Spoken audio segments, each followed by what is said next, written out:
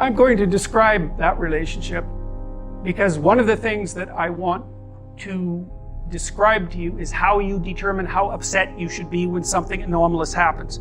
Because it's really hard to figure out, right? So, because, well, you see this often, especially if you're unsophisticated in dispute settlement with an intimate partner. Every little bump in the relationship is the potential dissolution of the entire relationship. That's actually why people get married, just so you know. Because this is built into marital vows. I'm not leaving, ever, no matter what. It's like, okay, well, that definitely puts a boundary around our arguments, right? Because I can't say every time you manifest one of your flaws, which you're likely to do just as often as me, well, enough of this. It's like, that's horrible, man. If your whole life is, well, every time you get out of line, I'm out of here. It's like, how the hell are you? First of all, you're not going to admit to ever doing anything wrong. Second, you're going to be on your...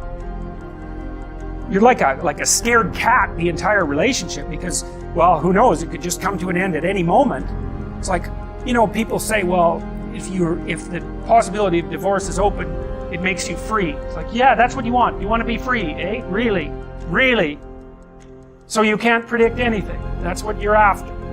It's a vow. And it says, look, I know that you're trouble. Me too. So we won't leave, no matter what happens. Well, that's a hell of a vow, but that's why it's a vow, right? That's why you take it in front of a bunch of people. That's why it's supposed to be a sacred act. It's like, what's the alternative? What's the alternative? Everything is mutable and changeable at any moment. Well, go ahead. You live your life like that and see what you're like when you're 50. Jesus, it's dismal. 2 or 3 divorces, your family's fragmented, you've got no continuity of narrative. And it's not good for the kids, not by any stretch of the imagination. And so it's a form of voluntary enslavement, I suppose, but it's also equivalent to the adoption of a responsibility. And there's more to it than that. If you can't run away, then you can solve your problems. Because it might be, okay, well, I'm stuck with you. So how about we fix things? Because the alternative is we're going to be in a boxing match for the next 40 years. That's the alternative. So, and you think you're going to fix problems without something like that hanging over your head? There isn't a chance. You'll just avoid them because that's what people do. It's really hard to solve problems, especially in a relationship. We're having a fight and I find out that it's, because you were abused by your uncle when you were 5 or some goddamn thing. It's like, it's very frequent that sort of thing happens. There's your partner's manifesting some weird anomalous behavior. You just can't make heads or tails of it. It doesn't seem related to what you're doing at all. They don't want to talk about it. And so as soon as you bring it up, they get mad. And then you bring it up again, they even get madder and they tell you that you're not going to talk about that or they're going to leave. And so maybe you're really, really persistent because you're kind of a son of a bitch, and then they break down and cry, and then they have this horrible memory that comes flooding forward that's completely, you don't know what to do with it, and then you have to sort it out. It's like, you think you're going to do that unless there's a good reason?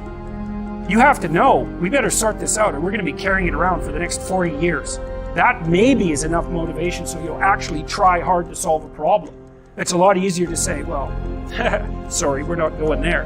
But then, good, you'll have it every day, every goddamn day for the rest of your life. Now, one of the ways to protect yourself against something like that is like, don't have one plan. Right? If you're going to stake yourself on something, you should throw a couple of alternative scaffolds up beside you so that you have somewhere to go. You want to be a doctor. Okay. Well, you could be a nurse. It's like, it's not a doctor, but it beats cutting your throat. You're still doing 80% of what you wanted to do. So you want to think about this during your whole life, man. If you're going to take a high risk, you want to scaffold yourself in other areas so that if it fails, bottom doesn't drop out and you die. And it's also very much worth thinking about with regards to setting up your life in general. It's like, if you concentrate solely on your career, you can get a long way in your career. And I would say that that's a strategy that a minority of men preferentially do. That's all they do. They work like 70, 80 hours a week. They go flat out on their career. They're staking everything on the small probability of exceptional status in a narrow domain. But it's hard on them. They don't have a life. It's very difficult for them to have a family. They don't know how to take any leisure activity. Like, they get very one-dimensional. Now, it may be that unidimensionality is the price you have to pay to be exceptional at one thing.